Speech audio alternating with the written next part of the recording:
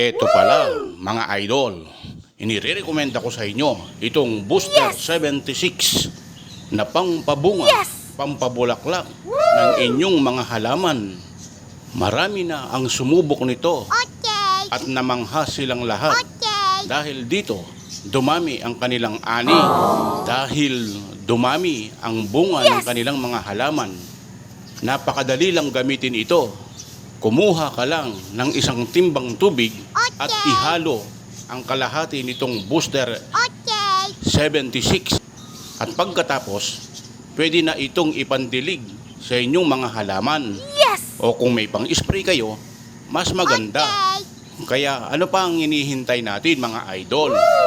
I-click na ang link sa bidyong ito na nakikita ninyo dyan sa baba. Napakamura lang nito. Para hindi kayo maubusan. Check out na kayo, mga idol. Bye!